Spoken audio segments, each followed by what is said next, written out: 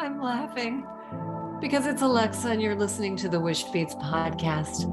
And I am broadcasting in a new location because I have seriously injured my ankle. Anyway, I'm on the mend, so we're doing things a little bit differently. But that is neither here nor there. This week, I am taking you into a journey of not only the Wishbeads world, but also the world of my teaching over at alexafischer.com. You see, I am shaking things up, friends.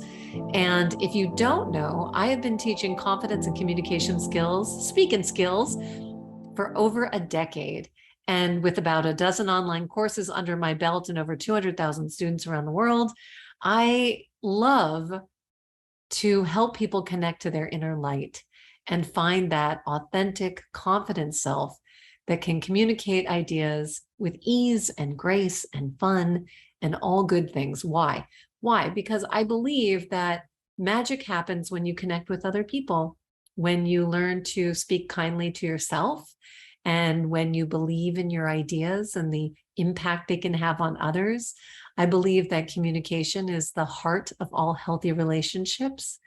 And then, of course, Wishbeads came along as an idea in the shower, and I got very busy and excited sharing the magic of Wishbeads. But now I'm at an interesting crossroads.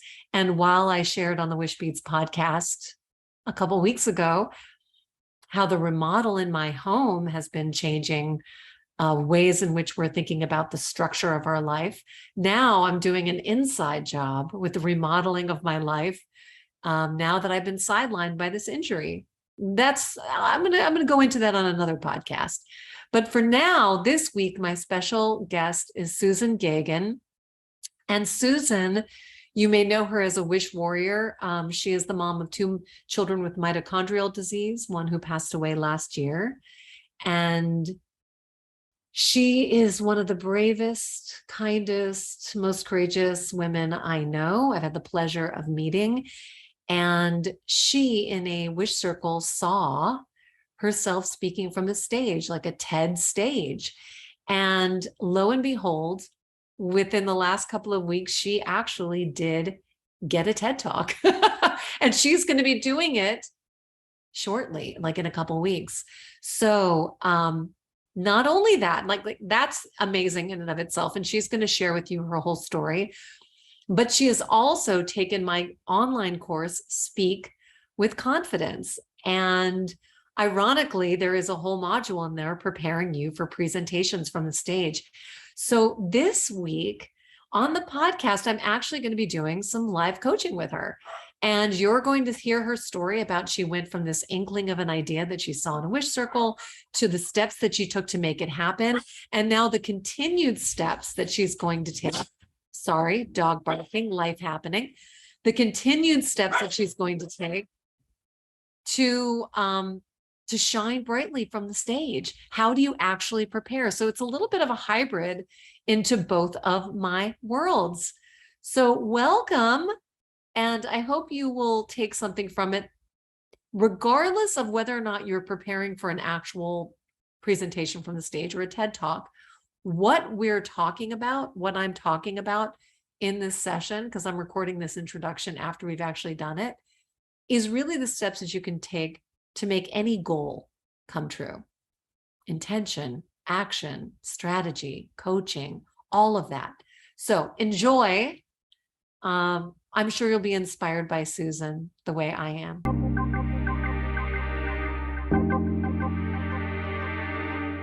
There it is. Hello. Susan Geoghegan, thank you. Geoghegan. Geoghegan. Why do I always say it wrong? Because it's so annoying. Terribly. Well, it's not spelled terribly. It's just that Geoghegan. Oh, I say it wrong all the time. Thank you for the correction. Apparently, and the Irish just throw a lot of G's in, and they only pronounce like 2 of them. Geoghegan.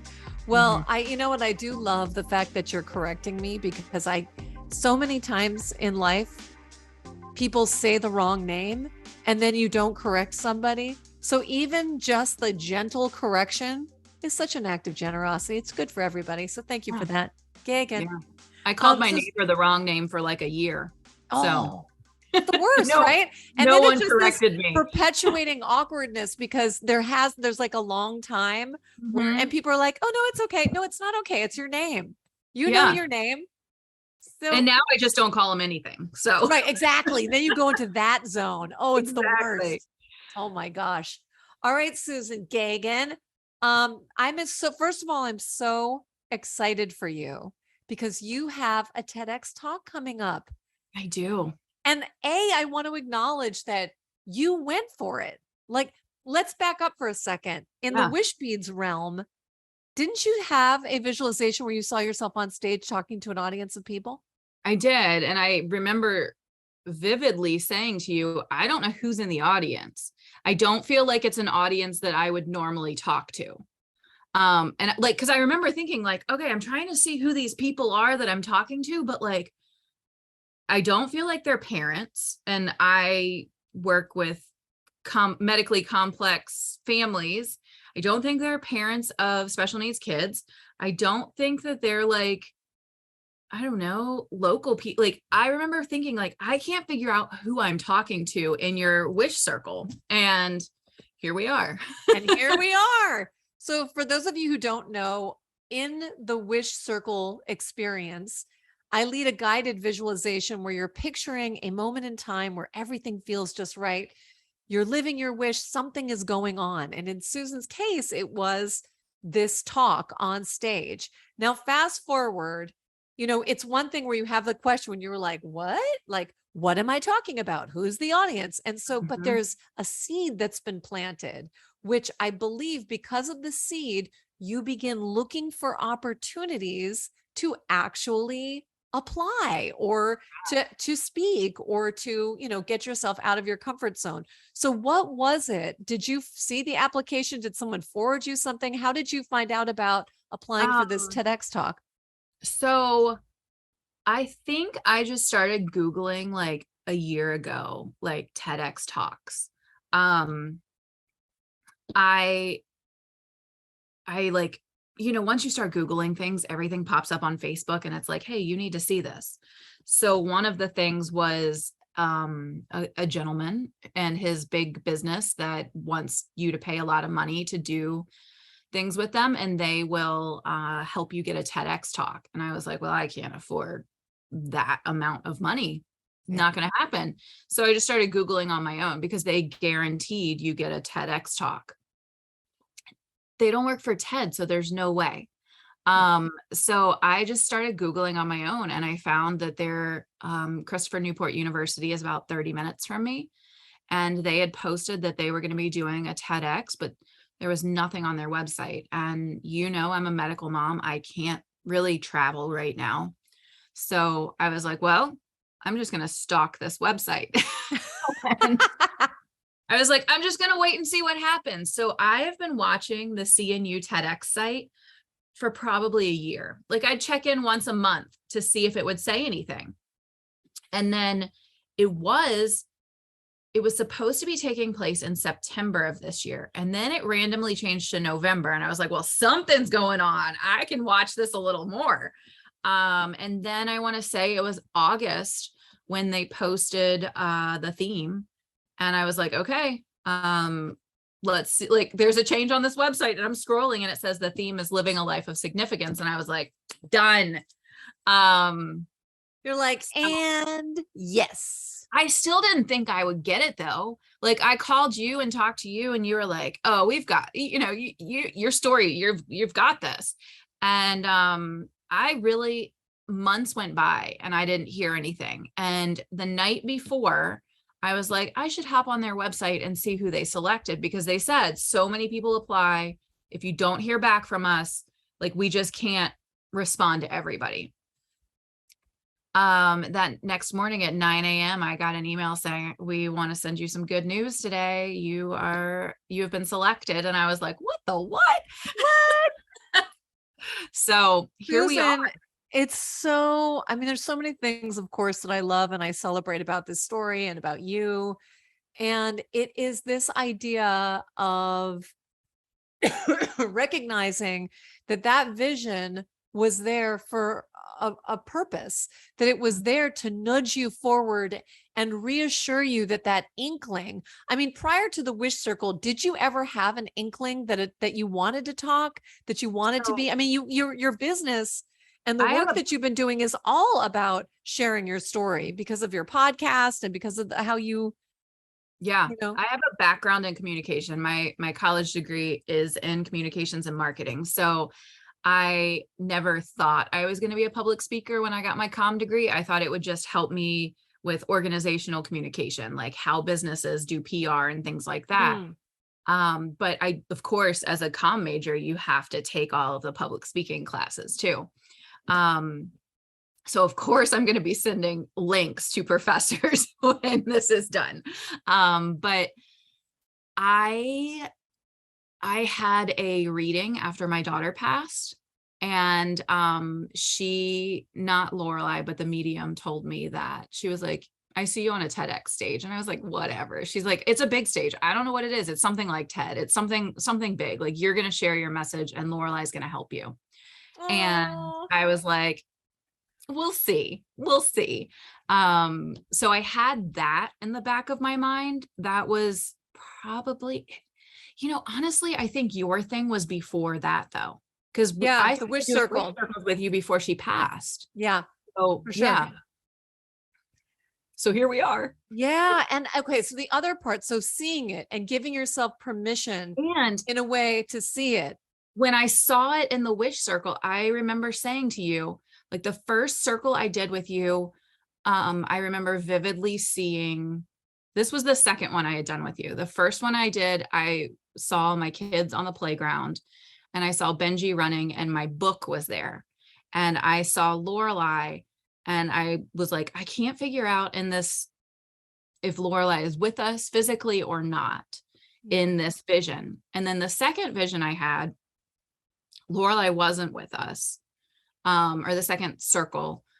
She wasn't with us. I was on a stage and I remember saying to you afterwards, like, my book wasn't there.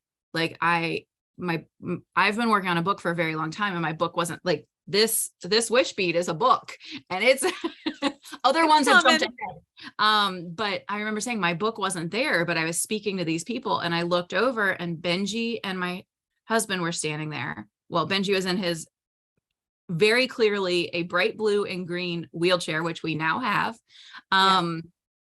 But my book isn't done, which is ironic because here we are going into this TEDx. My book isn't done because of grief. And I'm like, well, it wasn't done in the vision. So we're on the right track. Now it's all playing out the way you saw it. Exactly. So I know that as a speaker, TEDx is really great for a career. And I know the book will come after. And whatever's supposed to happen is obviously happening. So here we are. Well, and the other part that I really want to highlight is that it's the action part. And this is where everyone gets tripped up a little bit about the wishing, is that sometimes people can say, well, what if you see something and it seems so big or so impossible? And then you start to feel a little bit bad because there's this gap between where you stand now and where you imagine yourself being. Mhm. And the trick is that gap is not a place of despair. That gap is where the action begins. The consistency, and your life is the demands of your physical life are so much. I know that, just knowing you, being a medical mom, riding the waves of grief, having your own twists and turns, personally, professionally, whatever the case may be. And yet, despite those circumstances, it's so amazing to hear that you just would feed your dream. You would go out there and you would Google and you would put it like, just keep that intention. And even when you find someone who says, oh, I can guarantee a TEDx talk, which, is kind of an odd thing to say anyway, and that you might have stopped there. Oh, here's somebody, but they want so much money and that doesn't feel right to me. So forget it. But no, you're like, okay, well, that doesn't feel intuitively right to me, but maybe I can do this. Yeah. So there you go. And now, boom, so it's coming at you because of the action that you took. Incredible, inspiring to me. And I will add, if somebody's listening and they're like, yeah, but I'm not ready for TEDx. I'm not ready for TEDx. And that's why we're here. Like, I am very much at the place where I'm like, okay, I've been a keynote speaker. I've spoken in front of churches. I have my own business and I've done things like, but I've never done anything where I've had to remember the entire thing without a note card. So I'm also on the edge of like, oh my God, this is happening. Yeah. And I think it was in one of your talks where you quoted somebody that we don't grow when we're comfortable. So right. Eckhart Tolle just shared that in a talk I attended. There's no growth in your comfort zone. None. Not at all. None. Not at all. None. So, you just stay the same. Teach me everything I need to know, Alexa. Okay. So here's where we're going to transition a little bit. I am a teacher at heart, and I'm also a teacher of confidence and communication skills over at alexafischer.com. Susan has taken my class, Speak with Confidence, and one of the whole modules is essentially how do you prepare for a presentation, be it a TEDx talk or your company conference, or even giving a toast at your, sister's wedding.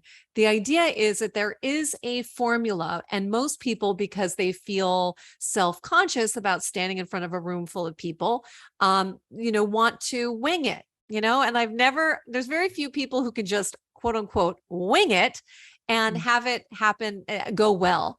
Because when things go well, it's because you set your intention, you do the work, you put in the practice, all of those things, and that actually sets you up for success. So, and after 8 years of having my own wedding planning business, I will tell you, everybody who winged it at the toasts, you could tell, and it was awful. So don't wing it. Yeah, it's just a form of sabotage. I mean, like any kind of procrastination, it's a form of sabotage. And then we say, oh, well, it doesn't matter. But you know what? Your life does matter. And how you show up, it matters. And you can do things that are out of your comfort zone with support. So today I thought we would focus on this very specific issue about to memorize or not memorize. Because what Susan has brought to the table, and just catching you, the audience or people watching or listening up to speed, is that you have, ever since you saw yourself on that stage, there has been a question, I would imagine, in your mind: what story do I want to share? What story do I want to share? And it's been percolating and percolating and percolating.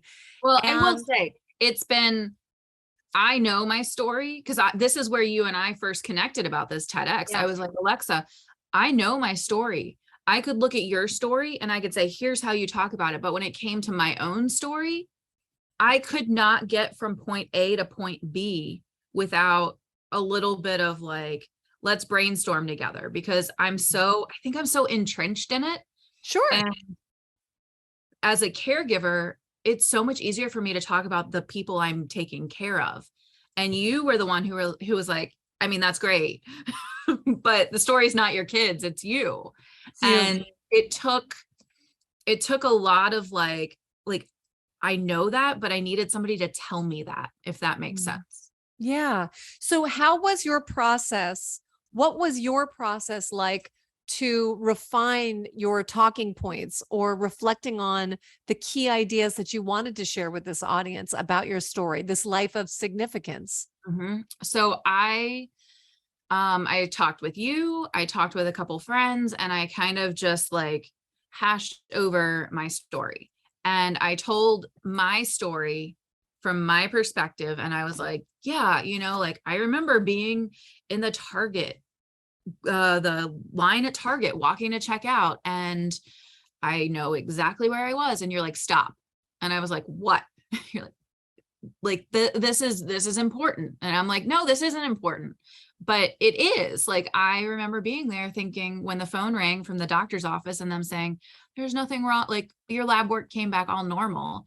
And I remember thinking, when you were pregnant with Lorelei, your first child. Yeah. Yep. And I was like, of course, God wouldn't give me a sick child. And it was one of those pivotal moments in my like journey that it's a really big deal to me, but I feel like that's not a big deal to the overall story. But then talking to friends, they're like, no, that's really important. And I think, like, again, for me, like, I'm so entrenched in this. I have moments where I was in, and as I'm telling people, I'm realizing the really big important parts are the parts where I feel like I have to be incredibly vulnerable with my story and saying that the night before Lorelei was born, I was in the hospital crying, saying, I don't want a special needs child. And that is really hard to admit and say, but I think that that's really important for this journey. And as I'm like telling my story just casually to people, I'm realizing that moments like that are important to the theme of living a life of significance. Yeah. And I think that for me, and I'm going to bring it back to this idea of memorizing a script versus sharing a story. Mm-hmm. You know, we have this notion, especially when we're on stage. And, you know, and TEDx comes with this other level, which is like, this could be significant for my career. It could go viral. It could be blah, blah, blah, which, you know, it can, but it can also add an extra layer of pressure, which may or may not be necessary. So let's put that over to the side for a Because second. you're really only talking to 100 people. You're talking to 100 people on stage, and it's going to be recorded, and maybe the recording is fine, or maybe it's not, or whatever. That's the part that you have to, in a weird way, let go of completely, Right. because the Right. power happens between you and the energy of you and the room. And I have been to events, and I want to speak about this. I don't want to say the name because I don't like to smear people, but I went to Oprah Winfrey's Super Soul Sessions when she was doing that tour live at Royce Hall at UCLA. And there was a woman I was so excited to see speak on stage. And it was as robotic as possible. Every word memorized, the outfit polished, the pauses for the camera. Everything was so static. It was flat. And so, you know, I had been teaching about this idea of thought bubbles versus scripts for a long time. I understood that there has to be preparation, but you prepare so you can have fun in the moment. You know, you're not an actress, which is a very different thing where you memorize a script and you're communicating things. It's different. You're acting as if you're making it look fresh for the first time, even though you're going on stage night after night after night. You're not acting. You're sharing a story. And in that moment, it was so lame, and nothing ever came, by the way, of that recording because it was lame.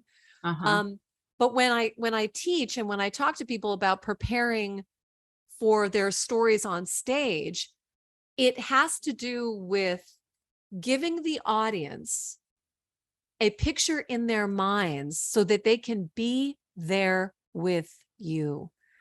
That's what we want to feel. That's what brings us in and connects us to these human moments. And so forgetting the perfect words, that's not important. When we are, and you're sharing a theme in your life, and I know the outline, and Susan did share with me a wonderful outline of what she wanted to say. This notion of, I thought, you know, with my organization and all my correct choices, everything was just going to line up to my plan because I was someone who was organized, and you outline that.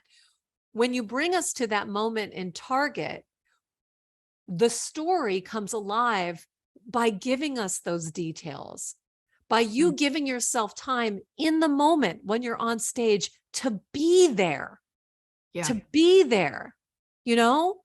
And so it doesn't matter the exact words.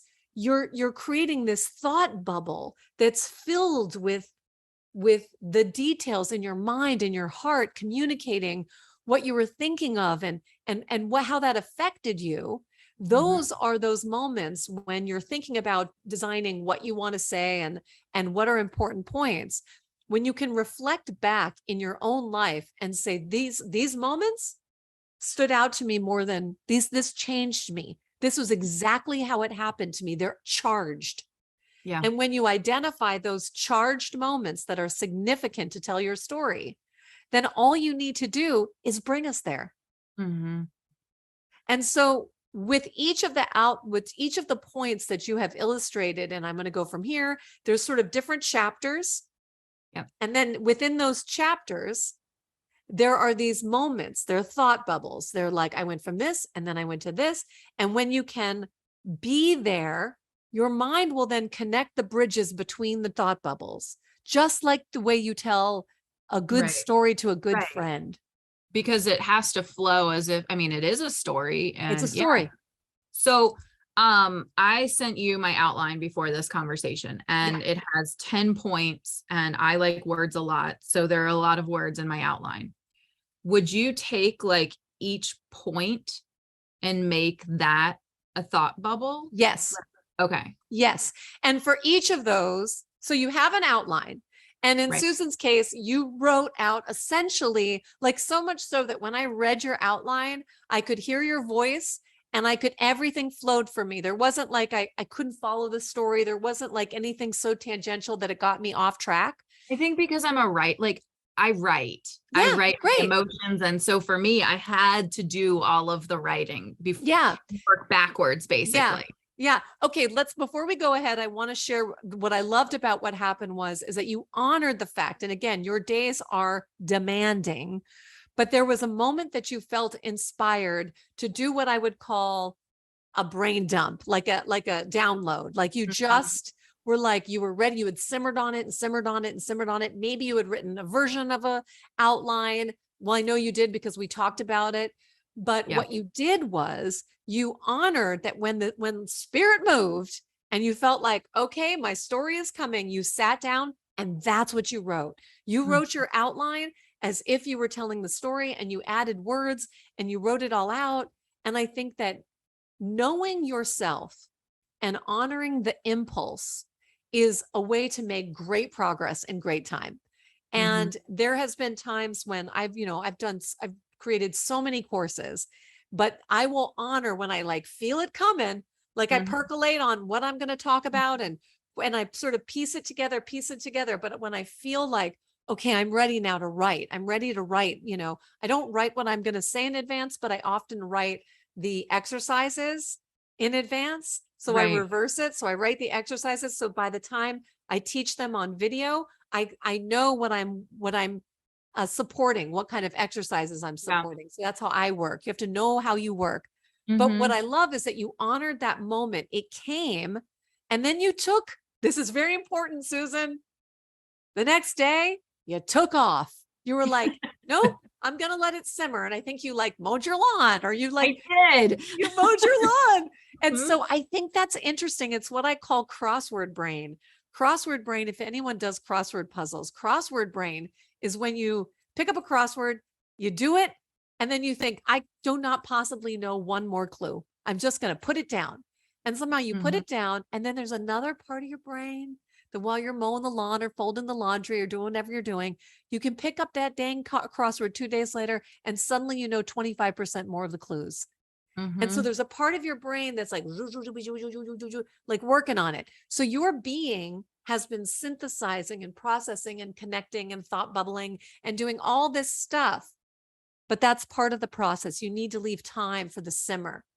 Well, and for me, I knew that part of my process was going to have to be to watch a lot of TED Talks. Like, not to copy anybody, but to see somebody said, like, are you just kind of like watching for what you like? I was like, honestly, I'm watching for what I don't like. There you go. Figure out what is me. And somebody stands up there in super dressy clothes. I mean, that's not me. And, and to figure out, there's just so many different things. It was really, I think once I figured out the hook, because I've heard a lot of people say, like, you got to get them with the hook. You got to get like the very beginning, because that's your moment to shine. And I I circled that for days and days and days. And then once I had a concept, I was like, okay, go. And thankfully the concept hit during nap time, because that gave me a solid 2 hours to just work on this. And if you're trying to figure out what works for you, like for me, it was, I had my laptop and I'd walk to the kitchen and I'd stand there and type. And then I'd take my laptop into the den and sit down and type. And I can't sit still for a long time and be consistently productive. So for me, it was just moving and doing and finding what worked. It's so good. It's so good. Mhm. And I also like that even in your research and looking at TED Talks, I love the fact, and maybe I'm imagining this, that you didn't let your mind go to that place of that comparing and despairing, where you look and you see, oh God, I can never do this like they do it. No, you keep it in that compassionate curiosity to step back and say, what do I like and what doesn't work for me? You know, even if somebody, I saw a TED Talk that a woman wore black. And, you know, you and I, it's funny, you and I are both wearing black, but the stage was black behind her. Mhm. It's just such a simple thing. It's just clothing. It's not, it's just a one choice that just by wearing dark clothing in front of a dark background, you disappear. Like if my wall behind me was black, I would just look like this head. Yeah. So little things. Well, and I struggle because I mean, I'm wearing all black today, but I usually have pink in my hair. I mean, I have pink. I was going to wear a pink blazer, but pink clashes with red. So Oh, that's interesting. I mean, that's where my head was with like watching people. Yeah. I'm like, is anybody wearing pink? No one's wearing pink. You know what? My mom is a serious fashion maven, and she would totally appreciate pink and red together. She does not care. Then we will see. You'll see, because she's down with that. She's, you know, I'm pretty square, but she's pretty wild. But I love this. I really, I'm just so flippin' proud of you. Okay. But let's make sure that we get to what your question is. So we've got this outline, this beautiful, like brain dump, heart dump that you just sort of wrote everything out and you did it your way. You honored the fact that you're a writer. It was more than an outline. It was really like, if I was going to say this right now with words, this is what I would say. Mm-hmm. The next exercise that I recommend is going into that, and for each thought bubble, highlight or write out next to it, what is the key phrase or idea, you know, like in the aisle at Target, you know, in the aisle at Target. Because when you talk about what can I memorize, right, those are the phrases that you want to know that in your mind while you're talking. And we do this when we naturally tell a story. We go from one idea. So if we talk about, let's say we went to a restaurant that you know, we loved, and you're telling your girlfriend, oh, your husband and I went to this restaurant, we loved it. Now on the drive there, in your mind, you're talking about the drive there. Let's say something happened. You're already queuing up in your mind. But when we got there and we walked in the door, you're not jumping to dessert, because there's a sequence in your mind that you already know. Oh, the drive there. When we arrived, oh, the decor. Then we sat down. We loved our waiter. Like there's a sequence that your body these knows. are all the thought bubbles. Like yes, these are the titles of the thought bubbles. So taking your outline, which I think is super solid, you have what I would call like, when you know, you called it the hook, or like the anchoring theme, which is you like, and if I can speak off the top of my head, like life, well, like you can't plan your life, your significance can't be pre-planned, or I don't know, something about this idea of the transformation that came when this like planned life fell apart and rebuilt into something greater than you could have imagined. Like that's what I would call your anchoring thought, or in acting, you would call that the super objective. What's your super objective? And that's that idea. What concept do you want your audience to walk away with? And that idea is important because you can intimate that, you can kind of allude to that in the beginning, and then that's that summation point at the end. That's what you're leaving them with. right. And then as you walk them through your own journey, there are these sections, these sort of major pivotal points. These are not just, they have their own idea, like this was me before kids. And then you share your backstory. Then it was, okay, getting ready for baby. Like this is sort of who I was. Boom, I'm now a medical mama. And this is what happened here. And then boom, I'm a medical mama again. And these are the lessons that I've learned. These were my discoveries. This was my takeaway. Now, you notice how we said you had 10 points. I just broke them up into 5 sections. So there's likely 2 points in each one. Right. So you will begin to memorize the structure and the title of each of those thought bubbles. Okay. Now, the temptation, because you're a writer, and I could hear your voice in the words that you wrote, which is beautiful because writing a book for you is going to be. The trick is you can start to memorize those words because as you begin to practice, and with TEDx talks, you definitely need to practice. But I caution you to not fall into the same words over and over again. Surprise your with though.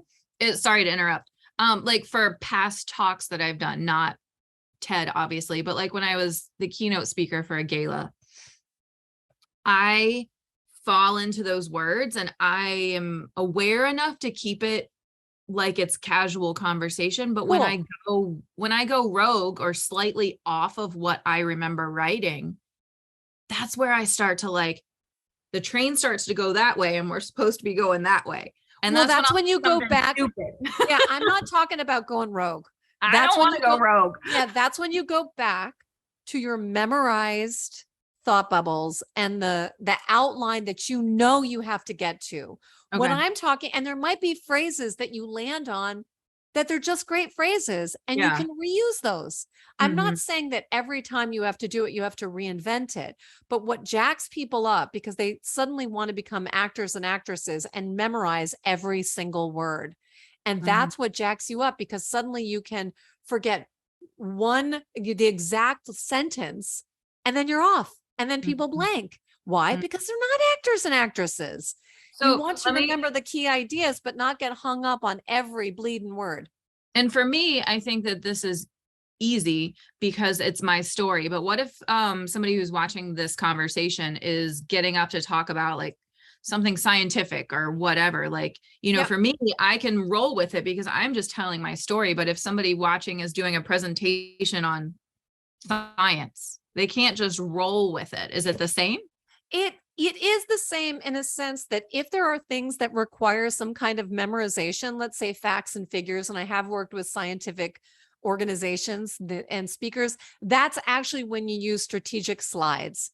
Many presentations and TED, are they inviting you to use any slides whatsoever? I can use 5 slides and keep them very simple. So I'm not putting words on them. I'm using pictures. Beautiful. Maybe that's each picture is a section of my structure. So like, that's right. Got it. That's right. That's right. Exactly. Those pictures are cues. Those are those are how you sort of signal to your brain, I'm ready to make a transition. That's the bridge stop. Boom. You see that picture, you know, and ideally those pictures, not that you have a picture of Target, that's not important, but somehow you have to find an image that really reflects, you know, of course, people are going to want to see your beautiful children, but, you know, something about it. Maybe there's one moment and you do this. And I say this to you because I follow your social stories and what you choose to share on social media. But even those moments when you share the vulnerability of inside the hospital, let's say, you know, you have a moment where we just get the intimacy of what your world is like. And how you have grown into someone who is so capable as a medical mama, you know? So anyway, your point though, it's a really beautiful, I mean, I'm glad that you brought up that question because I am not a believer at all. And I talk about this inside the class, that those slides should not be where people are reading. Nobody wants to be read to. So you have a slide that has a bunch of text on there that you have to then read. Either you're not reading it and now you've split the attention of your audience. They're now reading the slide and trying to listen to you, which is terrible. Or you're doing one worse, which is looking at your slide and reading it. And that is super boring. So if you have scientific data that is, or something visually that you need to communicate, go ahead and use that slide, to walk people through. That's super helpful. Mm-hmm. But for the most part, those visual cues They're can still be, your thought bubbles. yeah, To get they're your you from thought one bubbles. to the They next. Yeah. enhance them. They don't substitute them. They enhance them. And they can Right. also keep you on track. You will never go rogue this way, ever. Mhm. You will have the fluidity to sort of play in the moment, which is Mhm. great. But you will never go rogue. And as we're talking, like I have to do 12 to 14 minutes Mhm. and to think, okay, if I have 7 slides, that's 2 minutes a thing. I can remember what to talk about for 2 minutes for each visual. That's right. It's just overwhelming to me to think about 14 minutes. Yeah, it's a So long time, actually, 14 minutes. Yeah. yeah, I Yeah. mean, lucky I talk a lot, but to break it down that way for me is far more comforting. Like, okay, I tell this story for 2 minutes and then I change to the picture of me in the hospital and I tell that story for 2 minutes. Yeah. So Yeah. Now you've got these, let's back up for the process here. You've got the outline, you've fleshed out a lot of the words. Then I want you to pull out what the title of the thought bubble is going to be for each of the sections. You can mark out the sections. Ideally, for each section, you have a visual that supports that. Now, this is where the necessity for practicing in real time, really on your feet. And ideally you can practice with people like in your world, friends or people that you can talk to. And if you find yourself in a place now, if because of your time, your time restraints in your life, you can even just do one section at a time. I'm just going to practice this section and I'm going to know that my thought bubbles. And when it's flowing, that you're in the flow. You're like, yes. And that's super helpful too, because thinking about a 10-minute or 12-minute or 14-minute, like to practice when I've done things in the past, if I mess up, I try to go back to the beginning. And I was thinking, as I was preparing for this, I was like, how the heck am I supposed to do this? Like if I get halfway through and I'm like, no, I don't like that. I don't want to start all over. So breaking it into 5 to 10. Yeah. Yeah, break down each section and you can do it while you're washing the dishes. You can do it while you're walking the dog. Just say like, I'm going to take this section if you can. And here's where I love the fact that everyone's always on their phone.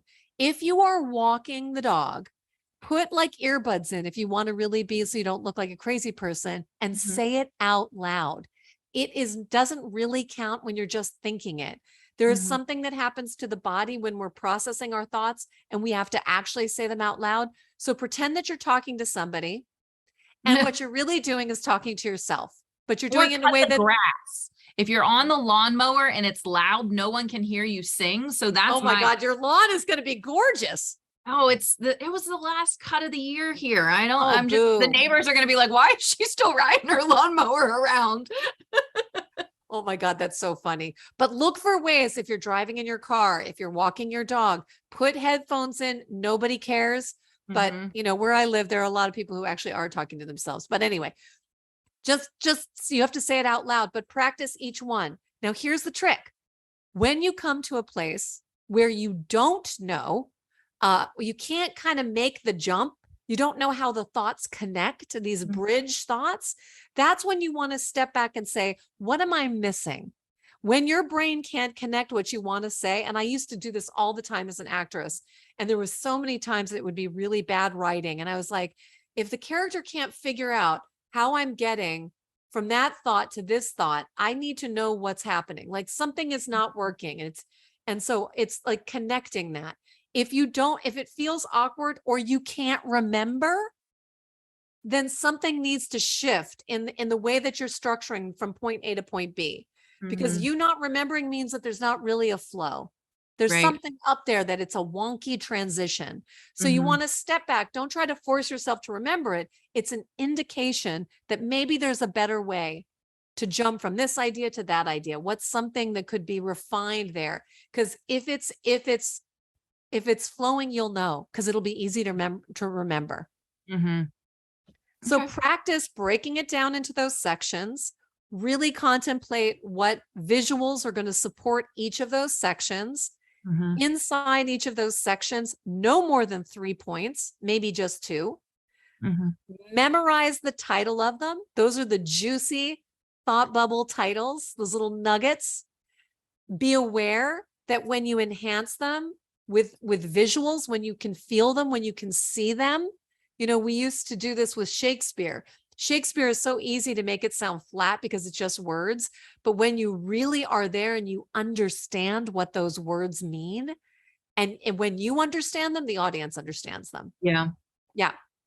So go ahead and outline that. And then the next step is really to practice out loud each of those sections, or they don't necessarily have to be in a row. If you feel Mhm. inspired in the moment with Benji to share the gifts that you've learned being a medical mama, Yeah. practice with him. Yeah. Practice those moments, Mhm. or practice the moment intimately with him about what you thought your life was going to be like. Yeah. Find different energies. That's not how you're going to do it, but you're exercising yourself as a communicator different ways. And the You know, more I talk about this story over the next 3 weeks, the fresher it's going to continue to be, I that's feel. right. That's right. Absolutely. Now, I think, and I'm just getting this idea now, I think if you're up for it, I would love to do one more session with you. Okay. And once you've organized once you've done this portion of it, Mhm. let's do another session. Let's do a part 2 where we take pieces of it and I just hear and give you feedback, and we'll kind Okay. of set things up a little bit differently. And then I also want to reiterate some things that are inside the class anyway, which Yeah. are particular for remembering in front of a live audience. These are like, I would say, performance tips Okay. of making that connection in the Well, and he audience. said to me, he said, we're putting on a show. Like Yeah. the whole thing together. He's like, you're not just getting up there and giving your speech, but the whole thing is a production. So don't Yeah. forget that. And I was like, Yeah. exactly. Like this is, like it's a it's a big deal and it has to flow the right way, but it also has to be from the heart. That's what I love about TED is it's not like you're watching a TV show. You're watching these Yeah. people really tell their stories. That's right. That's right. And I also want to really review the things that are um, that make the difference from setting that connection from the minute you walk out on stage, not from when you take your spot for your Yeah. TEDx talk. And I want to talk about what you're wearing because it's about your energy and what makes you feel fantastic. So Mhm. even the concept of, well, I can't wear pink because it doesn't go with red. I literally mean like wear things that make you feel awesome. If you want a pink streak in your hair, if you want, whatever those things are, your energy is what they're going to feel. But the Yeah. connection that you have in the room with your audience is what's going to make it so cool. Like for me, when I was comparing that one woman who gave that talk, we did not need to be in the room at all because Yeah. she was performing for the Mhm. camera. So, Mhm. and it was awful. Well, and Awful. I think too, to think about like for me, I'm doing this at a university and it kind of gives me that extra. I mean, I've often thought if I could go back and talk to college Suze, what would I tell her? And right Yeah. now, like I have the opportunity to talk to 100 college people and be like, if anybody is like me right now, you're planning, could be your Yeah. senior year. Like you think you've got all this figured out, but let me ruin your plans right now. But I think it's just to whether you're in front of the audience that you want, but like to envision that they're your people. Like for Yeah. me, it's just I'm there because they want to hear my story and I want to Yeah. make a difference for them. And that's what's Yeah. important. And that's the heart. Mhm. That's the gift. And where people have such a false notion about it is this idea of when you're on stage, you're giving a speech, it's about you. You're nervous about you. What am I going to say? Are they going to like it? if you reverse that completely, it is about your audience. Mhm. How can you serve them? How can you leave them with something that will impact their lives in a positive way? Suze, you got this. And that's Yeah. exactly right. I mean, the opportunity that you created for yourself, the people that you want to speak with, and the gift that you're going to give them, especially now where you have young people so anxious about their the uncertain future. The future is always Mhm. uncertain, but right now there is so much pressure and concern and mental anguish around We've what's all going been to through a happen. really tough couple of years, and I think a lot of people are scared and worried about, well, how is this going to affect my plans? And Exactly. let me tell you, COVID's got nothing on mitochondrial disease. So Yeah. And you're also here to tell them, and I think that this is a big part of the takeaway. Your takeaway is that you never would have become the woman you are right now without the incredible challenges that you have faced and are continuing to face. And Mhm. that's part of your journey. And you can't plan it, and you don't think you want it, and yet it is growing you in ways that you never could have imagined. Yep. So, stop worrying and start living, and trust that there are lessons that are meant only for you. Yeah. And I think that you're the perfect person to share that message. Well, Perfect. there's no one else who has two rare kids like this. I mean, sure. Like, and that's the thing. Yeah. Like, we all have our own stories and our own Yeah. experiences. And like, I can stand on that stage knowing that literally no one else in the world can tell this exact story. Nobody. Um, I mean, just like I couldn't stand on the stage and tell your exact story, you know? Yeah. So, Yeah. um, yeah. Suze, I'm so proud of you. I'm so flippin' proud of you. I'm so proud of you. Um, I'm just in awe, I'm in awe. And I'm so grateful that you're doing this and making time for it and pursuing your wishes and dreams and goals, because it's going to have such a positive impact on people. And I feel like, this talk is probably very much going to be part of the path to your book being published as well, Mhm. because you have a beautiful story to share in service of other people, and especially for the medical mama and papa community. They Mhm. don't have enough support around them to understand what it's like and how to navigate it. And you've always come from this place of tremendous giving. So when you step in and say yes to the work that you do to share your message, to offer support, to grow yourself as a entrepreneur, as a woman, it's just such an act of selfless giving. So it's awesome. Well, thank you for all your help. I really, really appreciate it. Ah, you're so welcome. So to be continued. Yes. So as we're talking about this, I was like, okay, this is actually important for the Wishbeads podcast, as well as a bonus class inside my Speak with Confidence course, teaching you how to shine on camera and on stage. And you can check out all kinds of free resources that I have, free training material at alexafisher.com/free-training. And of And course, have the people that are watching this, have they taken your course yet or no? no, Is because this I'm actually going to put this on Wishbeads podcast, because I think it's important okay? for people to understand that wishing is actually a really powerful way to move towards your goals, like tangible goals like you have. And I'm going to keep this who knows where I'm probably going to put this as, I don't know, we'll talk about it. I'm figuring it Well, out. I was going to say, if people are listening and they haven't taken your class, the thing that I liked is that you broke it down in a way that kind of showed me how to do all of this with stuff I already have. Like, especially when it came to the digital components, like you don't have to have super fancy technology to do any of this. And you showed us at one point, I think like you showed your window was covered with a blind or something. And it looked like, I mean, I wouldn't have thought of that. So Yeah. yeah, it Yeah, was a good class. I really want people to understand that it is completely possible, starting where you are with some Mhm. tips, some encouragement, this feeling like, oh my gosh, I can fill in the blank. It's a game Mhm. changer. And you're such a wonderful example of that, really seeing the tools in front of you and then putting them in action. And here you are. Yeah, here we are. Here I we don't know are. what I'm doing, but faking it till I make it. That's right.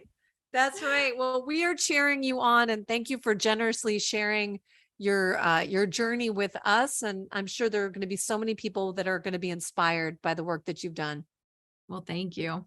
Okay, we'll have to schedule part 2. Yes, absolutely. We will schedule part 2, probably for next-ish week. We can make it happen. I'm laid up with a bum leg, so it's perfect. I know you're just sitting at home doing nothing. Well, I wouldn't say doing nothing. I'm trying to do nothing. Trying to send you book recommendations. Yes, exactly. So yes, and then part 3 will be, the recording of your actual talk. So it'll be so cool. Fingers crossed. Because do you know that TED doesn't have to put them, like, they have the right to not show an entire production. So yep. So we'll just take it as it comes. But guess what? They'll give you a recording. You'll get a recording of it. So it'll be published one way or another. I hope so. Because if not, I mean, did it happen? It did happen in the best way, in real life way. Mm-hmm. So good. So good. All right. Well, keep up the great work. We're cheering you on. We will pick this up with part 2. Okay. Sounds good. Cool. Bye. So thank you for joining us for our ride. I, of course, will be posting a follow-up session 2 with Susan. We'll also post a link to the TED Talk when that is available. But in the meantime, if you're curious about confidence building strategies and resources, go check out my other world over at alexafischer.com and get my free resources at alexafischer.com/free-training. All kinds of goodies over there. You can even find me on YouTube. Just look up Alexa Fischer. And I think we've got about 15,000 subscribers there. And I'm actually going to be posting more and more frequently over there.